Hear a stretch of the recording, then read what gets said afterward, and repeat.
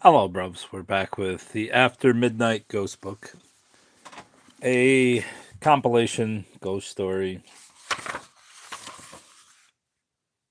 publication from 1981. I think we're on the 14th or 15th story in. The Child is Born at the Inn by Graham Lord. Lord. This is not a very practical way to read a book, but here we are. Me and my water. We're going to turn that around. Let's turn that around, bro. A Child is Born at the Inn, Friday, 19 April 1889.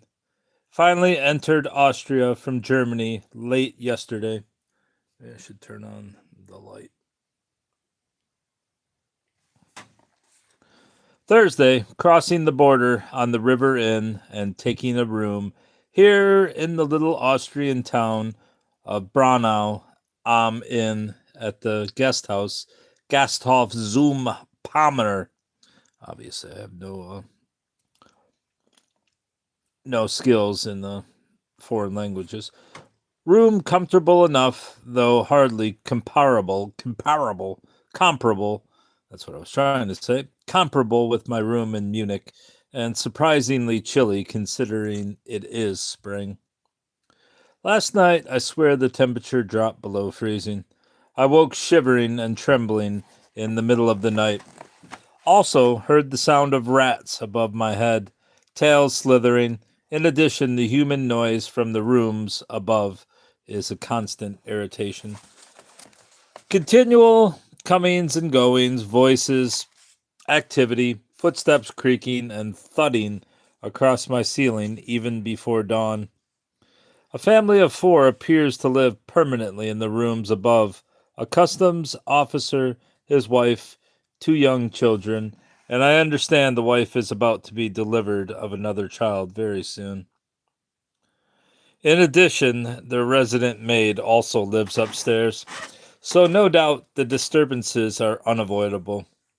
I have asked the hotelier, is that a hotelier or a hotelier, to move me to another room, but it appears that there is none available. No further room at the inn. Indeed, the hotelier has made it exceedingly obvious that he considers me to be decidedly fortunate to find any lodging whatever, since today is the first day of the Christian Easter celebration, Good Friday. And the town is filled with Christian revelers and relatives and natives who have returned to Braunau. I don't know if that's how you say it, for the holiday. The hotelier, who is obviously no great lover of Jews, went so far as to stress that as a Jew, I should be exceedingly grateful to find any lodging at all during this particular Christian festival. I took his remark to be a warning and have decided to spend the day indoors. The Christian Good Friday is certainly not a Good Friday for a Jew to venture out in a Christian community, since so many Christians even now consider us Jews to be individually responsible for the crucifixion of their wretched Jesus Bar Joseph more than 1800 years ago.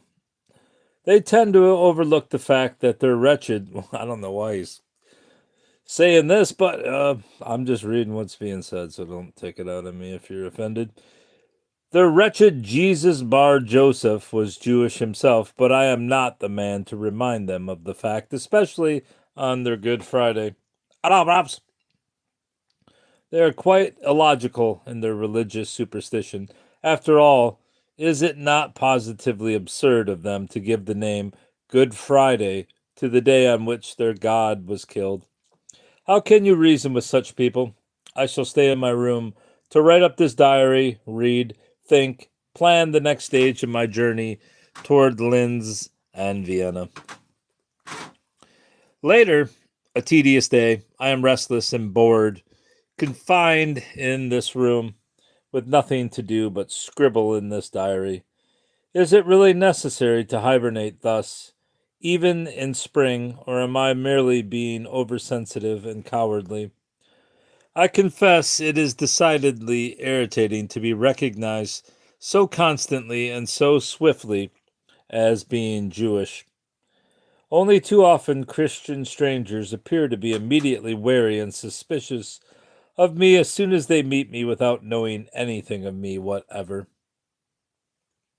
They react like a cat smelling a dog. At times I have been tempted to announce loudly that although I have been cursed with an Hebraic nose for which there can be no imaginable cure, save for some fantastical surgical butchery, it is years since I entered a synagogue or attended to the mumbo jumbo rituals of my fathers.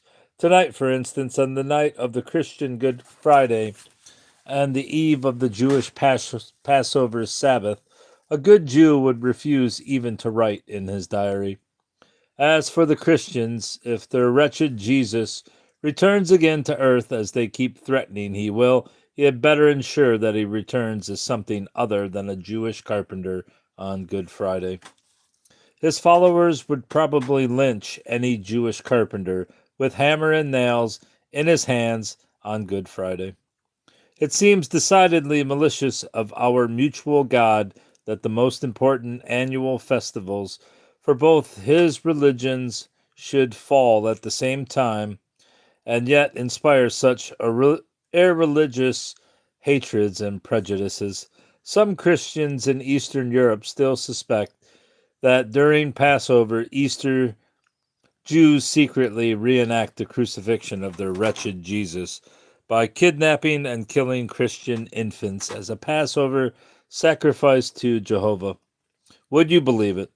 In this modern age, in 1889, even in this very Austro Hungarian Empire, no more than 7 or 8 years ago, some unfortunate Jew in Hungary was actually prosecuted for the ritual Passover. Murder of a Christian child, Tisler, I think his name was, or Tiszazler, something like that. Eventually, he was acquitted, of course, but his Christian tormentors still went as far as to torture a confession out of the poor devil. Adalbrovs. And that was only 7 or 8 years ago in Hungary. In the 19th century, it is scarcely credible. The whole ludicrous charade reeks of the Middle Ages when they forced Jews to wear distinctive yellow badges. Things are not that bad nowadays, of course, and Hungary is hardly comparable with the part of Bavarian Austria, but I still intend to hibernate in my room here for the whole day. If Christians wish to believe that I personally hammered the nails into their wretched Jesus Bar Joseph more than 1800 years ago, then they are welcome to their superstitious delusion. Despite the tedium, I shall remain in my room and write and read for as long as I am allowed by the dreadful racket going on upstairs, where the wife of the customs officer is about to give birth not only to yet another child, but probably, by the sound of it, to a whole cavalry regiment of the Austro-Hungarian Empire thundering across my ceiling. Thanks, bruv. The racket they make upstairs rivals that of Pharaoh's horsemen or camel corps pursuing Moses and the Israelites as they escaped across the Red Sea. Evening, a wearisome day, drawing at last to a close, praise be. A curious coincidence. The customs officer who lives in the rooms above me is the very customs officer who examined my baggage yesterday at the Austro-Hungarian customs post on the German side of the border before I crossed the river and entered Braunau. A self-important man aged about 50, he seemed yesterday as at his customs post, probably easily angered and somewhat pompous and dictatorial. In his middle years and his ludicrous imperial uniform of white breeches and plumed hat. I wanted to laugh aloud when I saw his bushy whiskers, for they are obviously modeled most meticulously on the whiskers of his stupid old Emperor Franz Joseph, and he carries himself as though he were a minor local celebrity. He was not, however, at all anti Semitic in his treatment of me, and his manner was perfectly proper and efficient, if a trifle tetchy, even dogmatic, as you might expect, in a man who is quite obviously of peasant stock, but has managed to make his way in the world by his own efforts to a bureaucratic position of some local importance in a small town like Braunau. At least he treated me in a civil, if brusque, fashion, for which I should be grateful. Perhaps it takes a few years for fashionable Vienna opinions to reach such a far flung outpost of the Austro Hungarian Empire as Braunau. Indeed, the customs officer even nodded at me in a curtly polite fashion when later we passed each other on the stairs last night.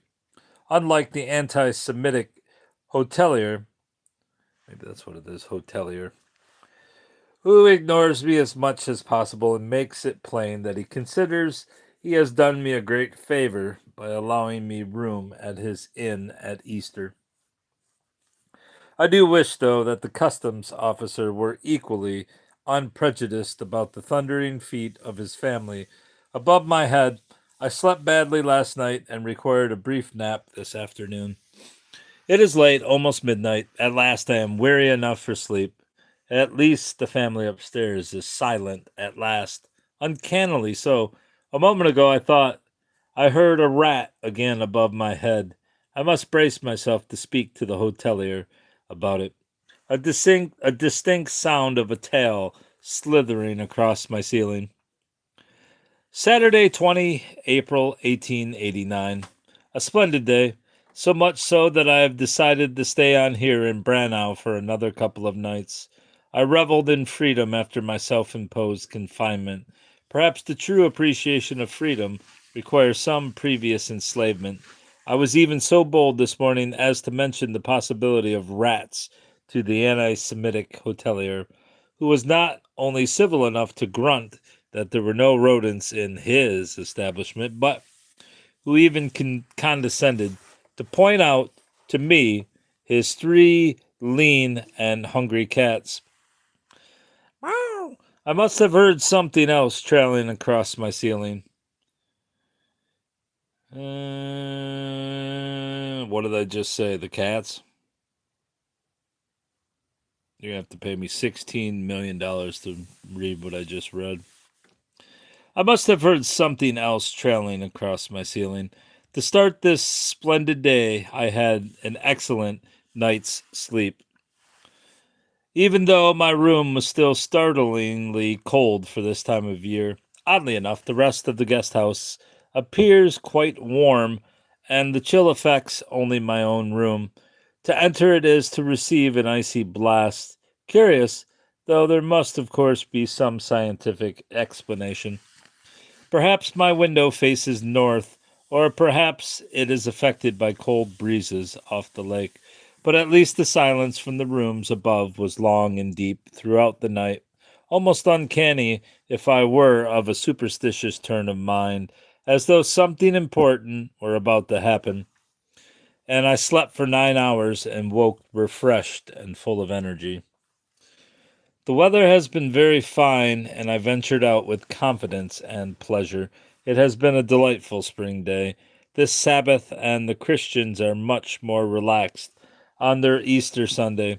After all, they expect their wretched Jesus to rise again from the dead tomorrow. So yesterday's grim morning has given way to optimism and a mood of holiday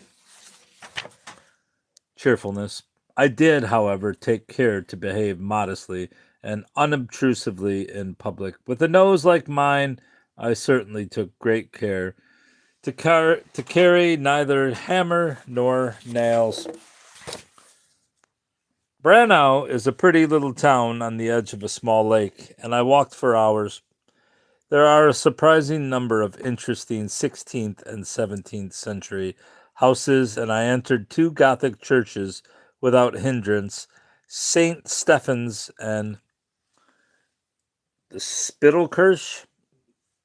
The town also boasts no fewer than two monuments commemorating the martyrdom in 1806 of the German nationalist Johann Palm, the Nuremberg bookseller who was shot by Bonaparte's French soldiers for selling patriotic German literature.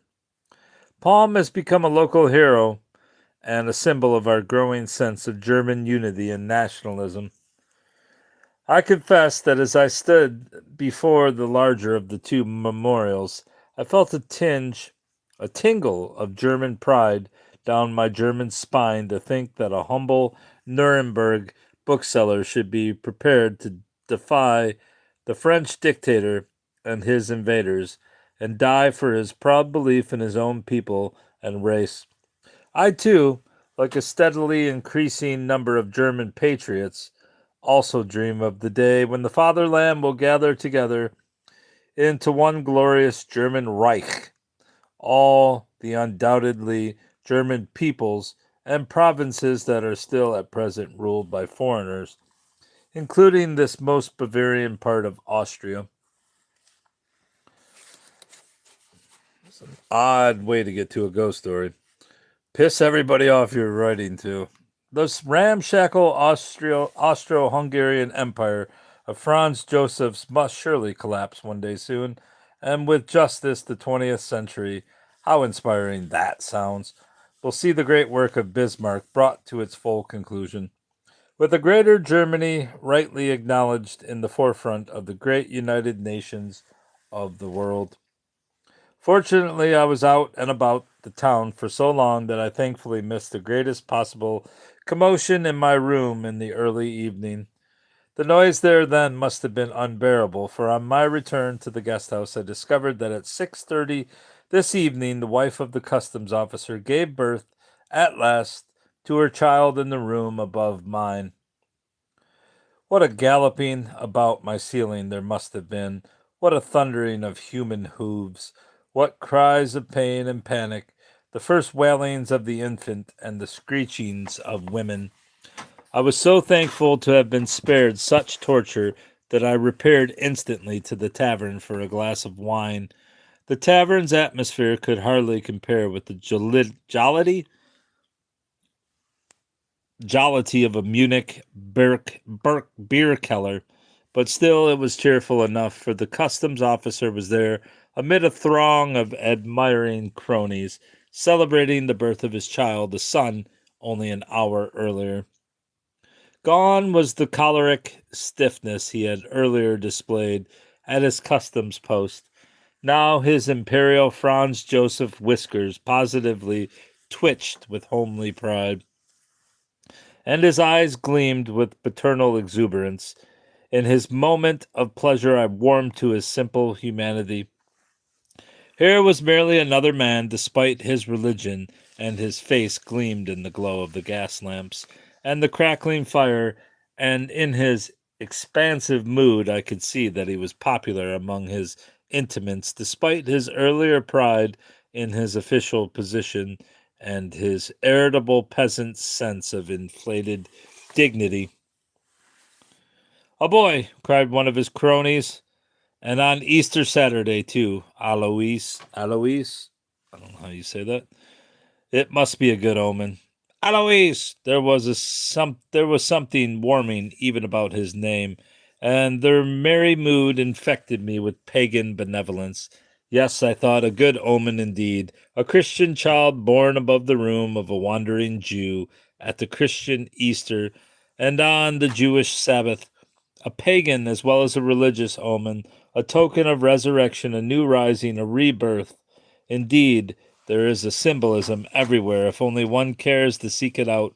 Tonight, for instance, is the first full moon of spring, the beginning of another cycle of seasons and hope.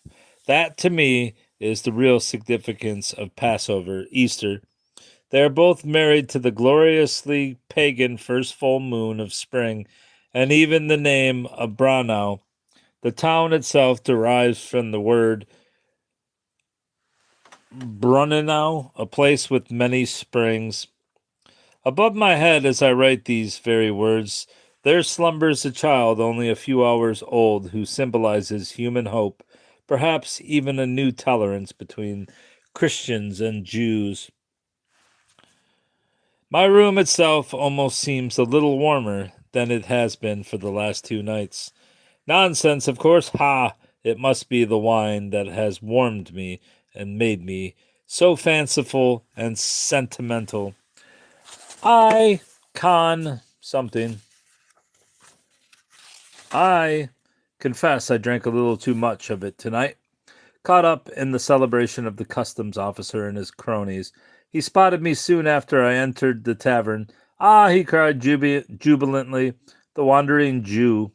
But he meant it jocularly, without a sneer, simply a slightly tactless, alcoholic jest, and I managed to laugh with him, and he could not have been more civil.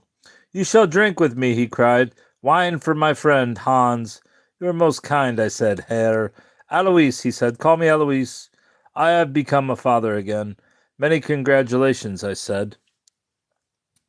I hardly spoke to him again all evening, for he was surrounded by noisy friends, and an interloper such as myself could not but feel somewhat excluded from such intimate merrymaking.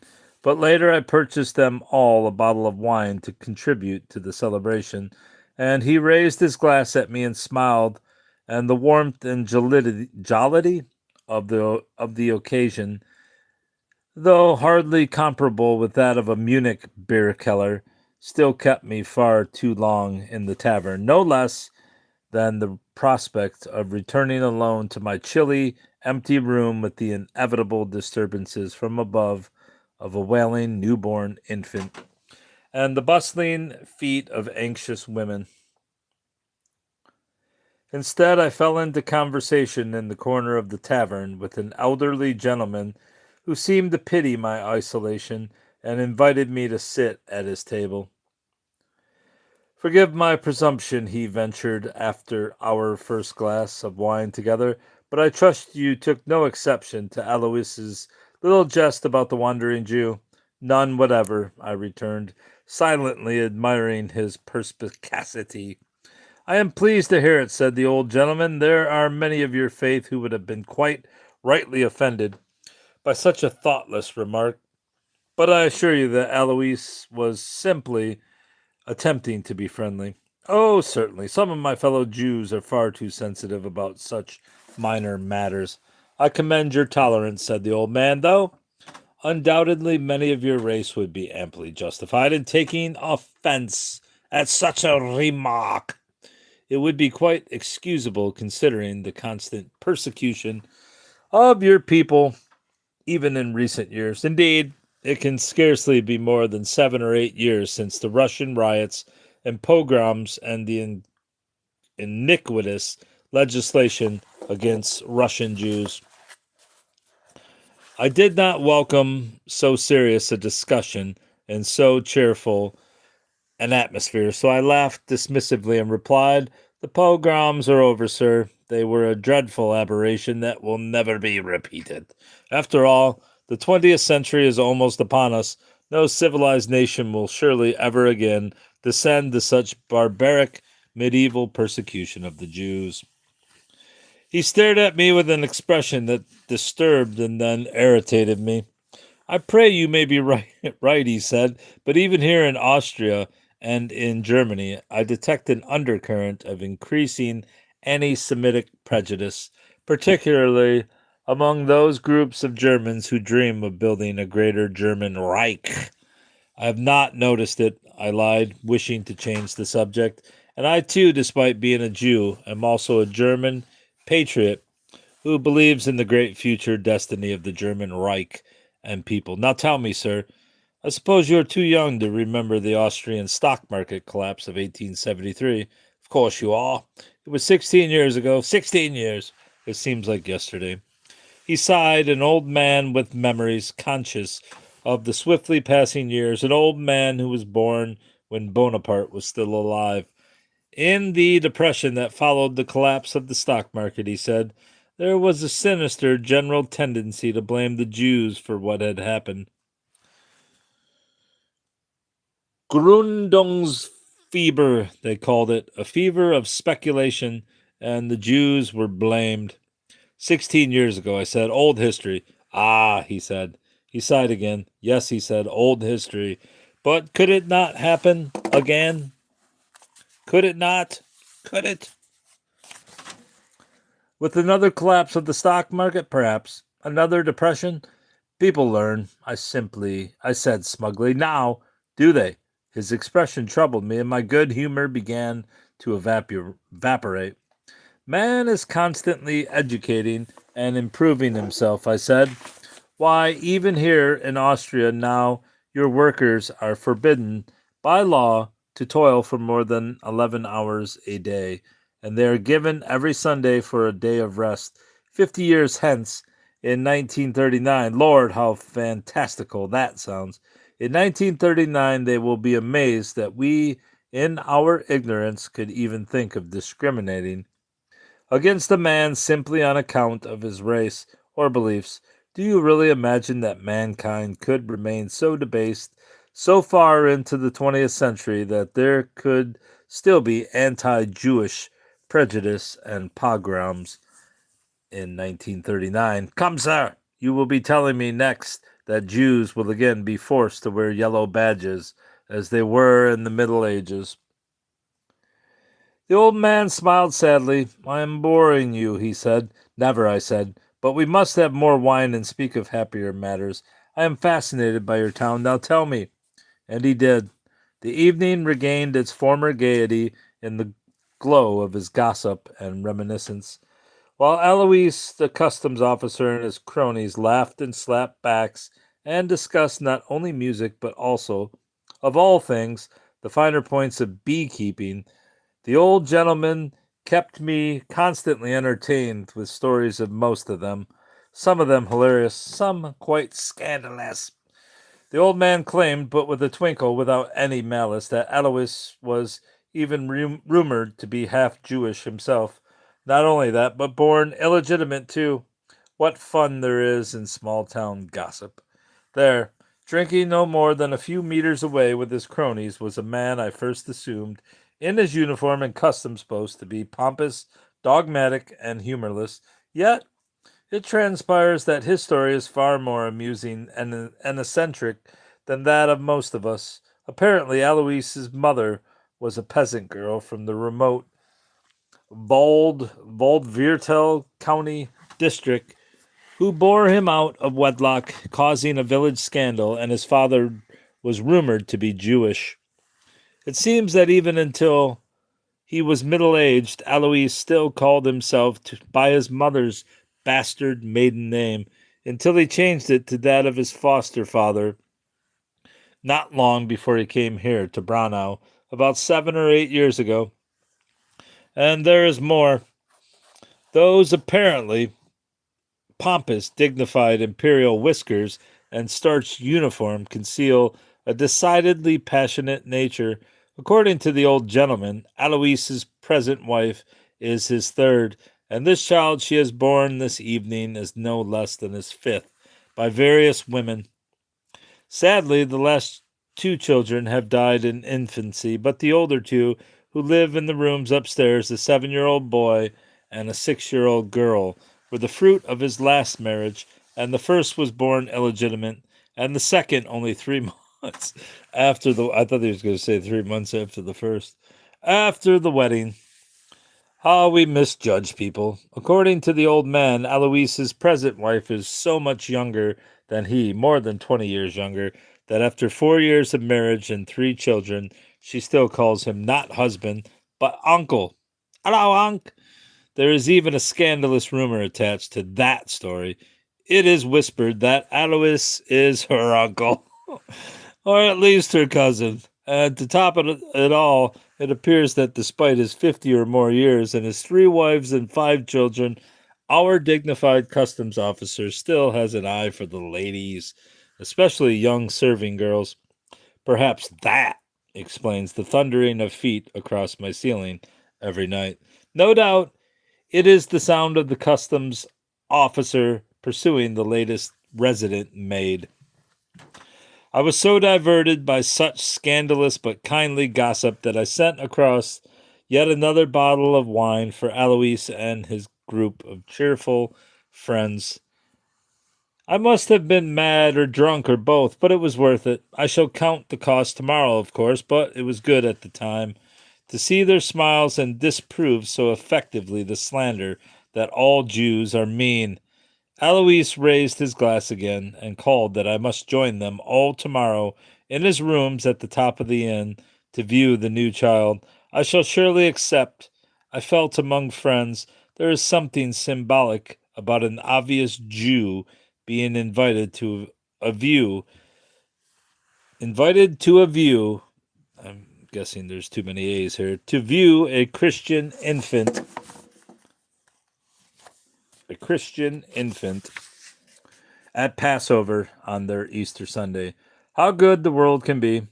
It is almost Sunday already, a few minutes before midnight. My brain and hand are tired. Why do I write so much? The wine, I suppose, and a certain euphoria. A feeling of acceptance by my fellow man, by strangers, even though I am a Jew. And something more, an inkling, that there is something important about this night, this Easter Sabbath eve, with the bright full moon beyond my window, the first full moon of spring in this town of springs, and above my head, slumbering in absolute silence, with not the slightest sound of footsteps or pain or sorrow, a happy man with his young wife, contented and fulfilled, and their newborn babe wrapped in swaddling clothes, lying in a crib and sleeping in bliss and comfort, just 5 hours old. I pray for that infant not to Jehovah or to any identifiable God, but simply to the pagan spirit of the universe. It is too long since I prayed. I feel a curious sense of religion tonight, a presence of something greater than myself. I pray that the boy child in the crib, in the room above, will grow firm and straight and strong and loving, that unlike Alois's last two infants, he may survive to sturdy manhood to enjoy the jollity of a Munich beer keller, that he may be blessed with a world of peace, prosperity, and harmony and love. It must be the wine, too much wine and noise and talk, but at least the old gentleman was made happy to have someone to talk to, and I was the cause. A good feeling. How curious. I never asked the old gentleman his name. I must sleep. I shall sleep as well as the baby above. All in all, a splendid day, one of the happiest I can remember, as though it marked the new beginning. My room is strangely filled with the most delicious smell of meat cooking. Perhaps the hotelier's wife is already preparing tomorrow's meal, a special Easter Sunday repast. A curious hour to be cooking, but then she is a Christian. A curious hour to be cooking, but then she is a Christian. And an Austrian. Perhaps the late hour has some special religious significance. It certainly smells delicious. Lamb? Perhaps the Lamb of God. Sunday, 21 April 1889. 2 hours later, I have hardly slept at all. It is 2 o'clock in the morning. The room is ice cold, but it stinks of burned flesh. Apprehensive of fire, I have just descended the stairs to investigate, but the inn is dark and silent. The kitchen is cold and empty. Whence then this smell of charred meat? My fingers are weary from all the writing of only 2 hours ago, and my head throbs most painfully, perhaps from the wine, perhaps from the nightmares, perhaps from the sounds from the room above. The full spring moon is hidden behind a cloud. It is dark and bitterly cold, and the world seems dead. I have not the strength to write much, and my fingers are frozen, but I must do something to banish the sounds and the darkness. My lamp flickers. Like a child, I dread the shadows. Writing of my fear may dispel it, and in any case, I can no longer simply lie in my bed listening to the sounds. Briefly, I had barely crept into my bed after completing my diary entry for yesterday, just before midnight, when I heard above my head, in the room above, the distinctive sound of a horse or some other hooved creature stepping across my ceiling, across the floor of the room above. Simultaneously, I distinctly heard again the slithering sound of a rat's tail above my head. Rats do not bother me. They are older than man and far more terrified of us than we are of them, and we have allies in all those cats. But a horse on the top floor of an Austrian guest house, I did not believe my ears at first. I believe them now. The hooves have been stepping regularly across my ceiling for the past 2 hours, as though patrolling the room above. They make little noise. They are quiet, almost gentle. Their very delicacy disturbs me. Does a horse or even a goat step quite so daintily? At times I have to strain my ears to catch the sound. It is so faint, but it always returns, always the echo of light, hooves stepping across the room above fastidiously, and the sinuous, slithering rasp of a rat's tail. On and off during the past 2 hours between the sounds, and fitfully I have dozed and dreamed dreadful dreams. I can only imagine that they have derived in my wine weakened mind from my conversation earlier with the old gentleman in the tavern, for the nightmares are obviously inspired by images of the recent Russian pogroms and the sufferings there of my fellow Jews. In my nightmares, I have seen millions of Jews dying, tortured, burning, suffocating, starving, beseeching Jehovah. Many were naked, their gaunt bones and their swollen eyes haunt me. Their breasts and genitals were shriveled as though they were no longer animals, let alone humans, and shrunken infants were torn from their mothers' arms and slaughtered. And there were millions of them. 4 million? 5? 6 million? They seemed to stretch beyond every horizon, standing accusingly but helpless and silent behind sharp wire fences.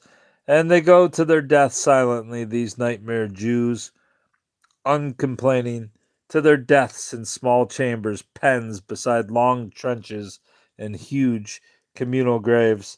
I smell gas and acid. I hear a voice bellowing and ranting. It is a high pitched German voice, hysterical. It excites me, even though I fear it.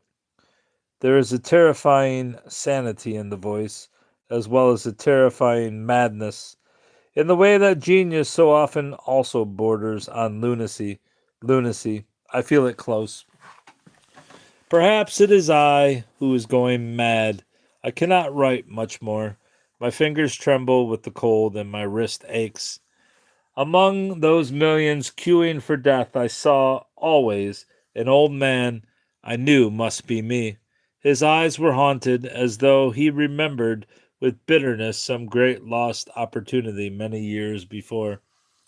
Why have I written so much tonight? Lord knows why, but it seems important. I shall laugh at this entry in the morning when the spring sunshine splashes this icy little room with its yellow like a badge of optimism. I shall read these words in the morning and scoff at my own superstitious fears, no better than some ignorant, rustic Austrian rabbi supervising the unleavened kosher Passover bread. It is bitterly cold. The first full moon of spring still skulks behind a cloud. There, again, above my head, hooves lightly across the ceiling like a lady stepping delicately from her carriage.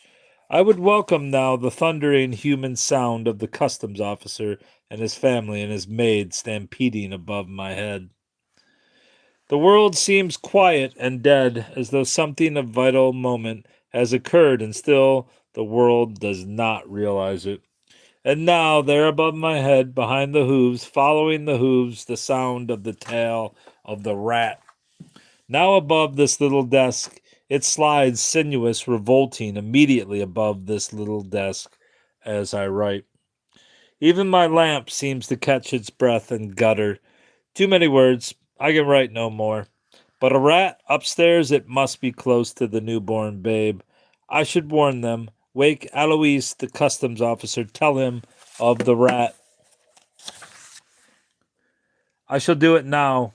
I shall do it now. Rats have, heaven forbid, been known to attack and kill newborn infants. I must wake him, warn him. I should never forgive myself if anything happened to that newborn child through my negligence. Monday, 22 April 1889. Thank God, I have escaped that sinister inn at Brannow. I am ready now in Linz, in the home of a friend of my father. I fear I may be going mad. I fear that the wrath of the Lord is upon me. Briefly, I awakened the customs officer, Alois. I mentioned the possibility of a rat near the babe's crib. He was tetchy again, no doubt, the choleric effect of too much wine, and exceedingly annoyed to be disturbed when there was no sign whatever of any rat in his room. We searched together, nothing at all, not a trace. I dared not also mention the sound of hooves. You are drunk, he said. I heard it, the sound of a rat's tail. He swore. His young wife lay in the bed, not yet 30, attractive, frightened. The old gentleman in the tavern said she is a churchgoer, a good mother to her stepchildren. It is nothing, Clara, Alois said, just a drunken, wandering Jew. Then I saw the babe lying in the crib. I wanted to kill it. As soon as I saw the infant, I was grasped by dread, an overpowering sense of evil. I wanted to seize it, God forgive me, spare me, O Lord, and I wanted to dash out its brains against the wall. I can write little more. For a moment, I was alone with the child as Alois stamped grumpily back to his room. And I wanted to kill it just as the Christians says all Jews, just as the Christians say all Jews plot the secret ritual blood sacrifice of Christian infants during Passover.